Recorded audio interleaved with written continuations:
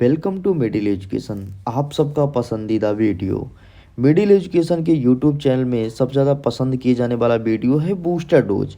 And मेरे प्यारे बच्चों का हमेशा एक ही मैसेज रहता है कि प्लीज़ मिडिल एजुकेशन हमें बूस्टर डोज प्रोवाइड करा दो। एंड फाइनली अब आपके सामने लेकर के आ चुका हूँ कक्षा 10वीं गणित विषय का बूस्टर डोज। एंड चलिए फटाफट अब हम बूस्टर डोज के सारे क्वेश्चंस को बेहतरीन ढंग से प्रिपेयर करते हैं, देखते हैं कौन कौन से क्वेश्चंस इसमें रखे गए हैं। और इसमें जितने क्वेश्चन हैं सारे क्वेश्चन आपको प्रिपेयर कर लेना है, क्योंकि प्री बोर्ड एग्जाम के लिए काफ़ी हेल्पफुल साबित होने वाला है। इतना ही नहीं, अगर यहाँ पर दिए गए सारे क्वेश्चंस को आप बेहतरीन तरीके से प्रिपेयर कर लेते हैं तो बोर्ड एग्ज़ाम के लिए भी आप अच्छे से प्रिपेयर हो जाएंगे। देखिए यहाँ से हमारा पहला प्रश्न कहता है कि एक चित्र दिया रहेगा एंड इसका शून्यक फाइंड करना है।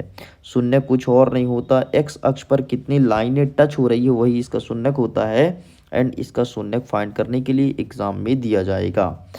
नेक्स्ट कहता है एक्स स्क्वायर माइनस 2x-8 या फिर 3x² माइनस 4x माइनस 2 का शून्यक ज्ञात कीजिए। मतलब यहाँ पर अलग अलग प्रश्न है, ठीक है, इसका या फिर इसका शून्यक हमें ज्ञात करना है। नेक्स्ट कहता है 20, 10, 40 का अभाज्य गुणनफल से HCF ज्ञात करना है। एक चीज़ और ध्यान रखना, HCF और LCM को अच्छे से पढ़ लेना, यहाँ से क्वेश्चन देखने को मिलेगा। नेक्स्ट कहता है 4u² प्लस 8u का शून्यक निकालो। एंड नेक्स्ट कहता है हमारा क्वेश्चन कि शून्यक का योगफल दिया है -4 और गुणनफल दिया है 3, तो इसका बहुपद हमें ज्ञात करना है। नेक्स्ट कहता है हमारा क्वेश्चन त्रिभुज समरूपता की कोई शर्तें बतानी है। एंड इसके बाद कहता है कि चतुर्भुज समरूपता के नियम भी लिखना है। आगे देखते हैं, ए का मान 6(1) है, बी का मान 8(2) है, सी का मान 9(4) है, डी का मान P3 है। तो कहा गया है कि बिंदु P का मान हमें ज्ञात करना है।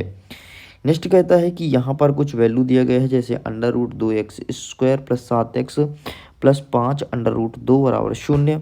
और यहाँ पर दूसरा वैल्यू दिया है 4x² धन 3x धन 3। इनको गुणनखंड विधि से सॉल्व करना है, ये चीज़ पूछा गया है। नेक्स्ट कहता है cos a का मान अगर 3/4 है तो यहाँ पर आपको tan a का वैल्यू निकालना है। एंड sin a का मान अगर 1/2 है तो cos a का वैल्यू आपको निकालना है। नेक्स्ट कहता है कि पासे को फेंकने पर विषम आने की प्रायिकता निकालना है। भाई साहब, एक पासे के 6 पहलू होते हैं, अपने आपको पता होगा, 1 2 3 4 5 6। इसमें विषम आने की प्रायिकता, तो विषम कितने होते हैं, तो विषम होते हैं आपका 1 3 5, ठीक है, मतलब 3 विषम, टोटल 6 होते हैं। काट पीट दो, 1/2 आपका सही उत्तर हो जाएगा। नेक्स्ट हमारा क्वेश्चन कह रहा है कि हमें एक बहुपद दिया है 2x² माइनस 4x धन 3, इसका विविधकर ज्ञात करना है। एंड विविधकर ज्ञात करने का सूत्र होता है b² माइनस 4ac। बस इसमें वैल्यू पुट करो, आपका आंसर आ जाएगा। आगे बढ़ते हैं नेक्स्ट क्वेश्चन की तरफ। नेक्स्ट हमारा कह रहा है कि एक घड़ी की सुई 1 मिनट में 14 सेंटीमीटर लंबी है, तो एक 5 मिनट से रचित सुई का क्षेत्रफल ज्ञात करो। नेक्स्ट कह रहा है कि AP का मान 8 3 -2 है, तो इसके 22वें पदों का योग ज्ञात करना है कि क्या होगा। एंड A का मान -5 और 7 है, B का मान -1 3 है, कि इसके बीच की दूरी हमें निकालनी है। अच्छा सुनिए, अगर आप इसके PDF को डाउनलोड करना चाहते हैं तो लिंक डिस्क्रिप्शन बॉक्स में है, जाइए जा करके आसानी से आप अपने इस बूस्टर डोज के PDF को डाउनलोड कर सकते हैं। नेक्स्ट कहता है प्रतिस्थापन विधि से हल करो।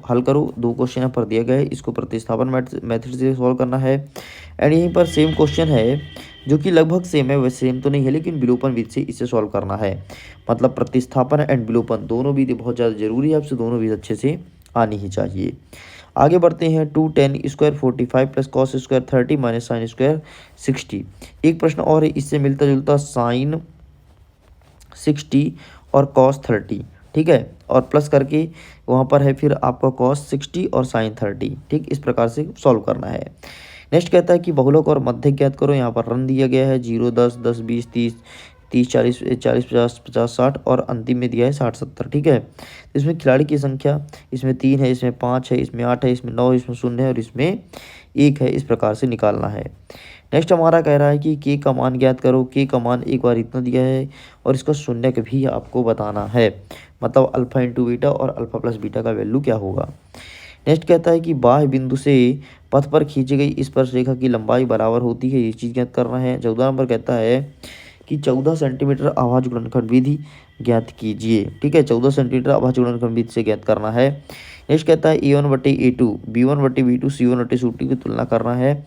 एंड यहाँ पर लिखा गया है समीकरण, इस समीकरण को लेकर के तुलना करना है। आगे बढ़ते हैं। नेक्स्ट क्वेश्चन कहता है कि एक थैले में लाल रंग का और 5 काली रंग की गेंद है, तो गेंद को यादृच्छिक निकाला जाता है। तो लाल रंग का गेंद हो और लाल रंग का गेंद नहीं हो, ये चीज़ हमें बताना है। नेक्स्ट कहता है भूमि से 60 सेंटीमीटर ऊंची पर एक पतंग उड़ रही है। पतंग में लगी डोर को अस्थायी रूप से भूमि के एक बिंदु से मिला दिया जाता है। तो भूमि के साथ डोरी का झुकाव अगर 60 डिग्री का है तो डोरी की लंबाई आपको बतानी है। नेक्स्ट कह रहा है कि वृत्त के किसी व्यास के सिरे पर खींची गई स्पर्श रेखा समांतर होती है। ये प्रश्न आपको अच्छे से प्रिपेयर कर लेना है।